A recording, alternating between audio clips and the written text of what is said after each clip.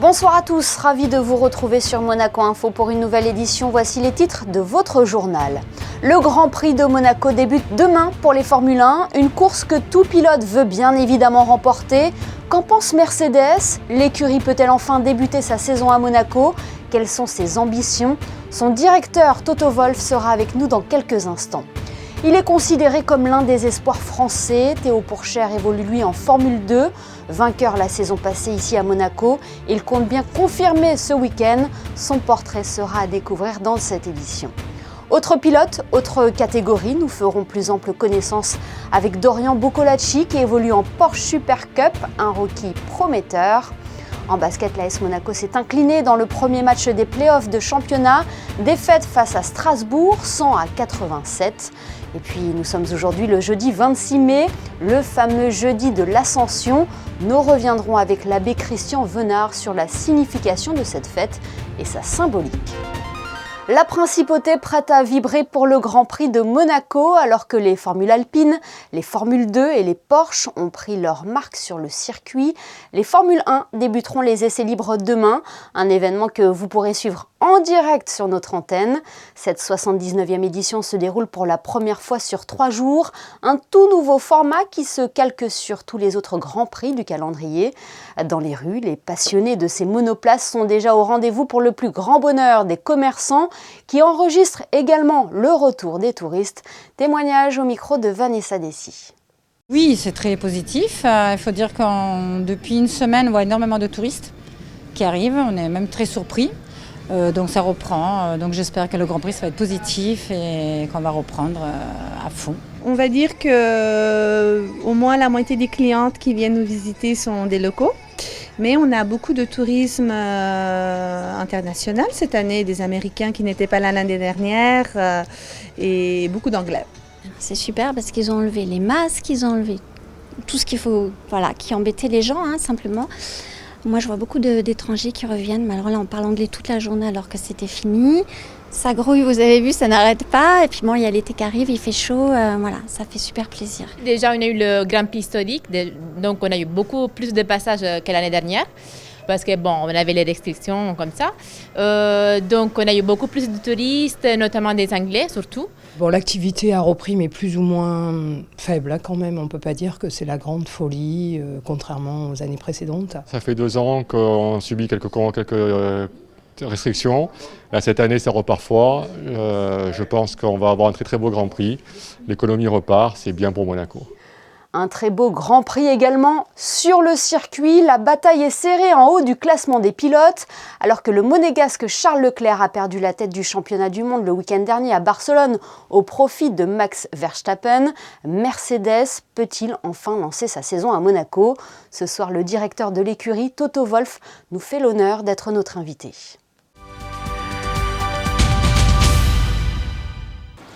Bonsoir Toto Wolff. Merci d'avoir accepté cet entretien pour Monaco Info. Est-ce que l'on peut dire que la confiance est retrouvée pour Mercedes après vos résultats au Grand Prix d'Espagne? Je crois qu'on n'a jamais de la grande confidence parce qu'on est toujours sceptique si c'est assez pour gagner. Mais on avait une course à Barcelone qui était encourageante. On avait surtout le dimanche une voiture qui allait assez vite avec Lewis. Et c'est déjà un bon début parce qu'on avait 4 ou 5 courses auparavant où la voiture ne fonctionnait pas. Alors oui, on a beaucoup de data et on apprend. On a vu Lewis qui était prêt à abandonner. Finalement, il signe une très belle 5e place. Qu'est-ce que vous lui avez dit à l'issue de cette course? C'était clair que si tu as un accident dans le premier tour et tu te retrouves à 40 secondes du dernier, c'est très difficile de comprendre en ce moment si ça a vraiment du sens à continuer la course. Mais on lui a dit que ça pourrait remonter vers la 8e place. Et lui, après la course, il m'avait dit, moi je sentais que vous êtes complètement fou en me disant remonter vers la 8e place. Et pour cela, c'est important de voir qu'on ne s'arrête jamais, on continue, même si ça a l'air que la course sera vraiment mal. Vous avez connu beaucoup de choses en Formule 1, notamment 8 succès, enfin surtout le succès. Comment on gère cette nouvelle saison où il y a un mélange de stress, de déception, d'émotion aussi et de satisfaction? toutes les années, on avait un certain degré de stress. Si vous avez une voiture vite et vous êtes absolument le favori absolu pour le championnat, il y a toujours le stress que est-ce qu'on va vraiment gagner, qu'est-ce qu'il faut faire pour rester devant. Si tu as une bataille comme on l'avait avec Ferrari en 18 et 19 et même avec Red Bull l'année dernière, tu es toujours le niveau de concentration et de focus est très grand parce que tu n'as pas 1 millimètre où ça peut aller mal. Et cette année, en fait, c'est assez bizarre parce que c'est moins stressant. On a la 3e voiture, il nous manque vraiment de la performance pour gagner le championnat et les courses. Disons ça, on est toujours à fond pour aussi gagner, mais on peut que s'améliorer. Et puis il faut faire aussi avec le nouveau règlement cette saison. Je fais référence au plafond budgétaire qui est le même pour toutes les écuries. Hein. Oui, mais c'était le plan. L'idée, c'était que tout le monde a le même budget et à ce moment-là aussi les petites équipes, elles pourraient revenir et on a un grid qui est vraiment compétitif où il y a un changement d'équipes aussi qui sont devant. On dit souvent que les 2 premiers mois de la saison sont importants pour la Formule 1. Quel regard portez-vous sur ces premières courses et est-ce que vous êtes confiant pour la suite de la saison ? On a vu, comme l'année dernière, on n'était vraiment pas performant jusqu'au juillet à Silverstone et on est revenu. Et cette année, on voit qu'il y a des problèmes de fiabilité sur les Ferrari, aussi les Red Bull. Pour cela, c'est important d'avoir une bonne voiture pendant toute l'année. Nous, au Brésil, en octobre, on avait cru que le championnat était perdu, mais on a gagné 5 courses de suite et on est revenu. Pour cela, vraiment, il faut voir week-end par week-end et essayer d'avoir une voiture qui marche bien. Et ce week-end, c'est le Grand Prix de Monaco. Qu'est-ce qu'il représente pour vous, ce Grand Prix ? Il est très particulier pour Charles Leclerc, bien évidemment, en tant que monégasque, mais il l'est aussi pour vous, pour Lewis Hamilton, puisque vous résidez ici à Monaco. Oui, naturellement, pour Charles, il est monégasque et je m'en doute. Et même l'année dernière, quand il y avait le problème sur le grid, on a tous souffert avec lui. Parce qu'il était en pôle et c'était la course à gagner à la maison avec une Ferrari pas plus grand, en fait. Peut-être Monza, mais pour Charles, Monte Carlo. Et pour cela, nous, on habite ici. C'est notre maison ici. Et c'est toujours bien et très glamoureux de gagner à Monaco. Mais en disant ça, on n'était jamais très bien à Monaco. Notre voiture, elle était un petit peu comme un éléphant. À Monaco, ça ne marche pas bien, l'éléphant. Mais Mercedes peut tirer son épingle du jeu cette année à Monaco. Compte tenu des performances, il ne faut pas forcément une grosse vitesse de pointe pour Monaco. Si vous me demandez aujourd'hui, je crois qu'on ne sera pas compétitif. Parce qu'il nous manque de la vitesse dans les virages lents et moyens, et s'il y en a plein. Je ne m'attends pas à une performance comme on l'avait à Barcelone, mais c'est la course automobile, on ne sait jamais. On ne sait jamais, vous avez raison. Est-ce qu'il y a toujours, quand on parle de Monaco, ce questionnement, cette question sur l'avenir du Grand Prix de Monaco? Le prince est confiant, il l'a exprimé dans la presse cette semaine. Est-ce que pour vous, selon vous, Monaco doit rester dans les dates, dans le calendrier de Formule 1? Monaco est important pour la Formule 1 et la Formule 1 est importante pour Monaco. Et comme vous avez dit, le prince a dit que ce serait important et il est confiant que ça reste. Si on parle à Stefano Domenicali, c'est important que ça reste et je suis sûr qu'entre les dirigeants, on trouvera une solution. Un mot, Toto Wolff, sur l'association entre Russell et Hamilton. C'est une relation, un binôme qui a étonné, qui a intrigué en début de saison. Oui, en plus, George, je crois que ce ne sera pas loin qu'il deviendra résident aussi à Monaco. Alors j'aurai un à gauche et l'autre à droite de mon appartement. Ça sera bien. Je suis vraiment content comme ça se passe entre les deux. La collaboration, elle est très positive. Même dans les briefings, on ne voit zéro controverse, zéro animosité. Et les deux essayent à progresser la voiture. C'est quelque chose qui me plaît. Mais naturellement, on ne se bat pas pour les championnats encore. Et c'est clair que si les deux jouent pour une victoire ou pour un championnat, ce sera un petit peu plus compliqué. Mais les deux personnalités, caractères, ils sont tout droits. On est transparent dans l'équipe, ça ne ment pas.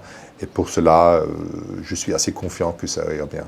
Un dernier mot sur une personne qui a compté grandement dans votre carrière, Niki Lauda. Ça fait 3 ans maintenant qu'il nous a quittés. Il a compté pour vous et pour Lewis Hamilton. D'après vous, qu'est-ce qu'il vous dirait aujourd'hui pour vous booster, pour vous donner encore plus de confiance dans cette saison? Niki me manque comme ami, surtout comme ami, mais aussi dans l'équipe. Parce que seulement sa présence était déjà importante.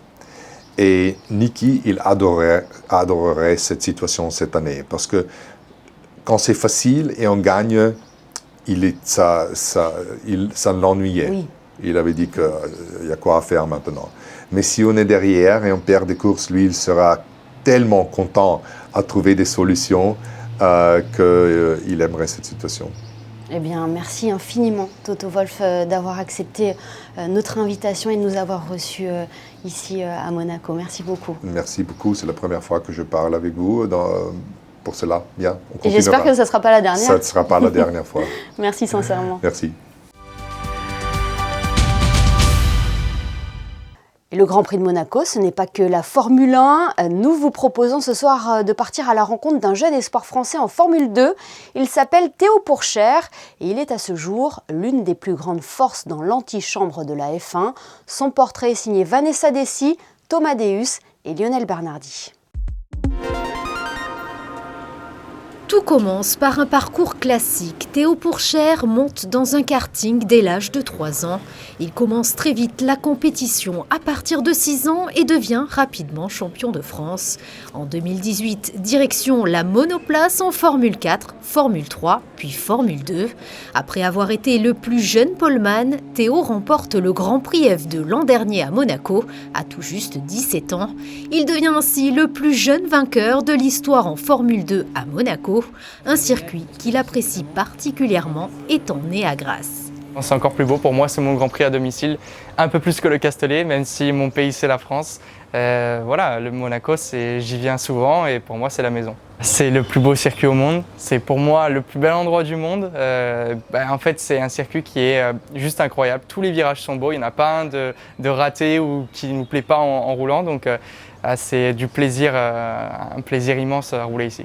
Passionné de Formule 1 depuis sa tendre enfance, tout petit, Théo rêve de podium devant son idole Michael Schumacher. La première fois où je l'ai vu, ça m'a marqué, c'était au Grand Prix de Monaco 2006. J'ai des photos, surtout de ma mère et de mon père qui m'avaient pris en photo, en vidéo, où j'avais la chemise Ferrari, la casquette Ferrari, habillé tout en Ferrari. Et je me souviens de Schumacher et d'Alonso aussi, c'était les deux grands pilotes au moment. Et Schumacher tout rouge avec le casque rouge, la Ferrari qui brillait rouge. Donc oui, je le supportais à cette époque. Très compétitif sur le tracé monégasque, l'objectif pour Théo est de faire encore mieux que l'an dernier. Et oui, actuellement 2e du championnat FIA Formule 2, Théo Pourchaire aura en effet à cœur de reprendre les rênes du championnat ce week-end. Autre course qui emprunte également le circuit du Grand Prix, la Super Cup. Elle offre un incroyable spectacle dans les rues de la Principauté. Parmi les participants, un jeune pilote cannois, Dorian Boccolacci. Il a fini 2e de la Porsche Carrera Cup l'an dernier et est promis un bel avenir. Vanessa Dessy et Lionel Bernardi l'ont rencontré. En affrontant les meilleurs pilotes de la discipline en Super Cup, il devient vice-champion Porsche Carrera Cup France pour sa première saison l'an dernier. Dorian Boccolacci est réputé pour posséder une très grande capacité d'adaptation. Son parcours est plutôt classique. En 2006, il monte très jeune dans un karting sur le circuit de Brignoles. Mon objectif, c'était de faire de la Formule 1. Donc pour faire la Formule 1, il faut faire toutes les étapes avant, c'est-à-dire karting, Formule 4, Formule 3, Formule 2. Donc c'est ce que j'ai fait. Ensuite, j'ai vu que c'était compliqué d'accéder en Formule 1 par manque de budget pour continuer en Formule 2. Donc j'ai dû dériver un petit peu dans une autre catégorie. Et je trouvais que la Porsche Cup était un bon tremplin pour devenir professionnel en GT parce que voilà, on se rapprochait du constructeur Porsche et on sait que Porsche est impliqué dans pas mal de catégories dans le sport auto et voilà, mon but c'est d'en faire mon métier. Avec le team Almeras très expérimenté dans la discipline, Dorian a toutes les chances de se battre aux avant-postes. Très exigeante, la Porsche 911 GT3 Cup est la meilleure voiture pour apprendre. La légende dit que si un pilote est rapide sur une GT3, il le sera au volant de toutes les voitures GT. Alors comment se pilote-t-elle réellement ? Comment elle se pilote? Alors comparé à une monoplace, moi j'ai que ça vraiment en comparaison, c'est beaucoup plus lourd qu'une monoplace, donc il faut anticiper un peu plus le poids de la voiture. Après voilà, il n'y a pas d'ABS, pas de traction control, donc avec ce poids-là c'est très facile de bloquer une roue et donc de faire des erreurs. Donc ça se conduit très finement et il ne faut pas en faire de trop. Il faut vraiment suivre le grip de la voiture et ce qu'elle peut donner. Ici, la moindre erreur, on s'arrête tout de suite et on a cassé la voiture. Donc voilà, l'objectif c'est vraiment de se rapprocher des limites, mais sans les dépasser. Originaire de Calian dans le Var, Dorian joue à domicile ce week-end. Une histoire à suivre car le rookie de sa catégorie s'est déjà construit une belle réputation dans la discipline. Et nous suivrons bien évidemment ce rookie de près. Rejoignons Alexandra Pagny à présent. Bonsoir Alexandra. De nombreux événements ont lieu parallèlement au Grand Prix de Monaco, à l'image de cette exposition qui referme bientôt ses portes. Bonsoir Émilie, bonsoir à tous. Oui, un long week-end d'événements nous attend. Et pour les férus d'art et de courses automobiles, on commence avec cette exposition présentée à l'espace 22, boulevard des Moulins. Pour quelques jours encore, vous pourrez découvrir jusqu'à samedi le travail de l'illustratrice française Souria Droz et de l'artiste italien Marco Collini. Pauline Ducruet est de retour avec sa garde-robe Alter dans le patio de l'Hôtel de Paris. Elle était déjà venue présenter sa nouvelle collection à la clientèle monégasque au mois d'avril. La jeune créatrice rouvre pendant 4 jours à l'occasion du Grand Prix de Monaco son pop-up store situé en plein cœur du patio de l'Hôtel de Paris de 16h à 22h jusqu'à dimanche. Et de nouvelles pièces seront à découvrir selon ce qu'elle a dévoilé sur les réseaux sociaux. Et le Grand Prix qui contraint certains établissements à fermer leurs portes, Alexandra. Oui, c'est le cas du musée océanographique de Monaco qui est dans une zone réglementée durant ce week-end de Grand Prix. Ils ont donc pris la décision de ne pas ouvrir les lieux ce samedi et dimanche. Pour ceux qui voulaient aller visiter les aquariums au calme, il faudra patienter jusqu'à lundi. C'est noté, merci Alexandra. Du basket à présent, les playoffs de Betclic Elite ont débuté hier pour la Roca Team qui affrontait Strasbourg à la salle Gaston Médecin. Surpris d'entrée, les Monégasques sont déjà dos au mur. Le résumé de la rencontre est signé Yannick Debever sur des images de Thomas Deus. Joueurs suffisants et prestations insuffisantes. Voilà comment ce premier match de play-off de la Roca Team pourrait être résumé. D'entrée de jeu, les Monégasques se font surprendre par l'envie strasbourgeoise qui permet aux visiteurs de prendre l'ascendant dès le coup d'envoi. Yanis Morin domine dans la raquette et lance parfaitement son équipe. Monaco s'accroche tout de même pour revenir au score 24-24 au bout de 10 minutes. Une égalité à la fin du premier acte est très bien payée pour une Roca Team pas à son niveau et sans doute légèrement handicapé par l'absence de Mike James touché à la main droite. L'entrée de Falfay dans le second quart-temps apporte un nouveau souffle à la Roca Team qui mène au score désormais. Et ce sera d'ailleurs la dernière fois. Strasbourg lance un 9-0 et enchaîne trop facilement les paniers pour mener de 5 points à la mi-temps. Dans le deuxième acte, l'agressivité attendue n'arrivera jamais. Les paniers concédés coup sur coup empêchent de donner du rythme offensif aux Monégasques. Strasbourg continue de jouer sa partition sans grande difficulté à l'image de ce panier d'Amine Noua. De l'autre côté du terrain, l'attitude de Morin tranche avec celle des Monégasques. Monaco n'y est pas, ne rentrera jamais vraiment dans ce match et finit par encaisser 100 points sur cette rencontre. C'est beaucoup trop. J'espère qu'on va vraiment voir un autre visage de notre équipe sur le prochain match, qu'on se mette dans ce play-off mode, parce que là aujourd'hui c'est évident, on n'y était pas, alors que Strasbourg aussi. Mon équipe et moi on a essayé de mettre tout ce qui était possible pour se concentrer par rapport à la défense. On s'est préparé à jouer l'une des meilleures équipes d'Europe. Voilà. Aujourd'hui ça se représentait comme David contre Goliath. On n'avait rien à perdre, tout à jouer et on a juste donné à fond tout ce qu'on pouvait pour y arriver. Score final 87-100, la Roca Team, comme toutes les autres équipes du top 4, perd ce premier match à domicile. Désormais, dos au mur, il faudra absolument gagner le match retour et la belle pour se qualifier au tour suivant. On a déjà fait pas mal de choses comme ça cette année, on était dos au mur en Euroleague, on a pu rattraper tout le chemin, mais on avait la bonne attitude et encore une fois, j'espère que l'équipe l'aura le prochain match. Un gros bras de fer et surtout une réaction de la Roca Team est attendue ce samedi à Strasbourg. Coup d'envoi prévu à 15h15. La Roca Team qui passe donc au travers de ce match 1. La seule bonne nouvelle pour la Roca Team hier, c'était la sélection de Yacouba Ouattara avec l'équipe de France dans le cadre des qualifications à la Coupe du Monde 2023. On retrouve Alexandra Pagny pour un nouveau point sur l'actualité et ce communiqué du Palais Princier paru ce matin. Le prince souverain a en effet souhaité témoigner de sa vive émotion suite à la fusillade qui s'est déroulée mardi dans une école primaire au Texas et a adressé ses condoléances aux familles des victimes et sa solidarité au président des États-Unis, Joe Biden, qui devrait se rendre au Texas dans les prochains jours. Un drame qui relance le débat autour de la législation des armes à feu aux États-Unis. Biden a par ailleurs signé ce 25 mai un décret historique pour encadrer davantage les forces de l'ordre fédéral, 2 ans après la mort de George Floyd. Politique internationale toujours avec la participation de Monaco à une session annuelle du Conseil de l'Europe.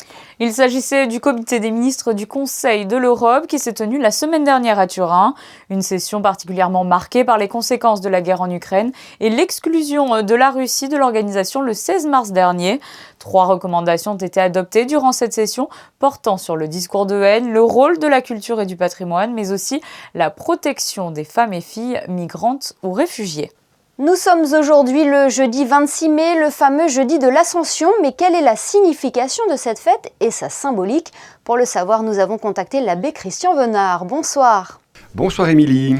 Une grande partie d'entre nous le sait, mais à quoi correspond l'Ascension ? Alors d'abord, peut-être dire que souvent les gens confondent l'Ascension et l'Assomption. Qui a lieu le 15 août. L'Assomption, c'est le 15 août, c'est le retour au ciel de Marie avec son corps. Et donc elle est portée par les anges vers le ciel. L'Ascension que nous fêtons aujourd'hui, c'est le retour du Christ, mais c'est lui qui monte au ciel, qui remonte vers son Père. Voilà, donc le sens de l'Ascension, ascendere en latin, c'est la montée du Christ, le Christ qui est ressuscité à Pâques, passe un certain temps avec ses apôtres, 40 jours, c'est un petit peu le symétrique, si j'ose dire, le parallèle avec les 40 jours du carême qui nous ont préparés à Pâques, et le Christ remonte vers son Père après avoir passé 40 jours après sa résurrection avec ses disciples. Voilà, ce n'est pas un hasard si l'Ascension tombe toujours un jeudi.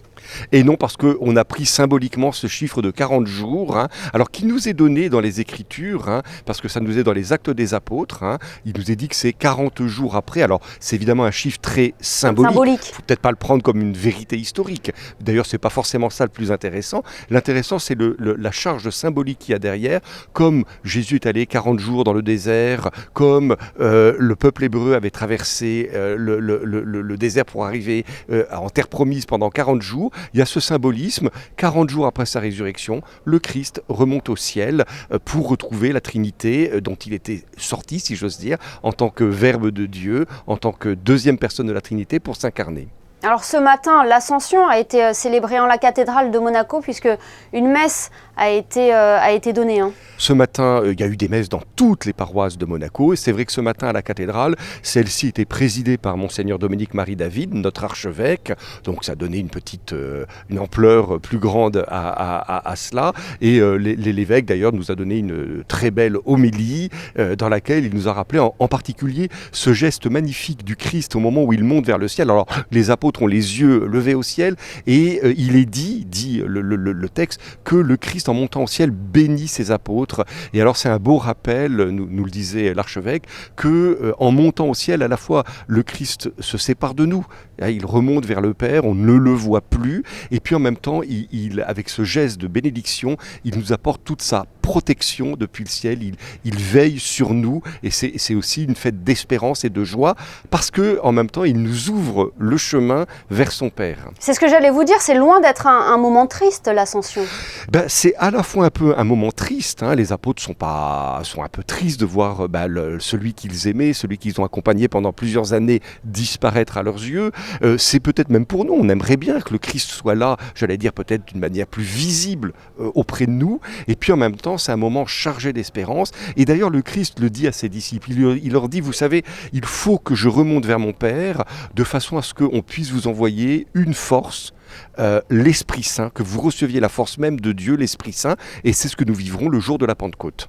Cette fête de la Pentecôte, à quoi elle correspond ? Cette fête de Pentecôte correspond donc à cette annonce du Christ qui dit « Le Père vous enverra le Paraclet, il vous enverra mon Esprit Saint ». Vous savez que dans la foi chrétienne, le Père et le Fils et le Saint-Esprit sont un seul et unique Dieu. C'est le mystère de la Trinité. Et donc le Christ dit « Je repars vers mon Père, mais nous allons vous envoyer notre propre esprit, l'esprit d'amour qui unit le Père et le Fils ». Et la Pentecôte, alors il y a une origine très ancienne dans la liturgie juive, qui était la fête de Shavuot, qui était la fête qui est ensuite devenue la fête des moissons dans la tradition juive. Et donc là aussi, il y a la force du symbole, 50, Pentecôte, c'est le mot grec, Pentecôte, c'est 50 jours après, où l'Esprit Saint vient donner. Et les Actes des Apôtres, donc qui racontent les tout premiers moments de la vie de l'Église, racontent qu'à ce moment-là, les apôtres sont réunis avec la Sainte Vierge au Cénacle, dans une maison à Jérusalem, des langues de feu, un grand bruit.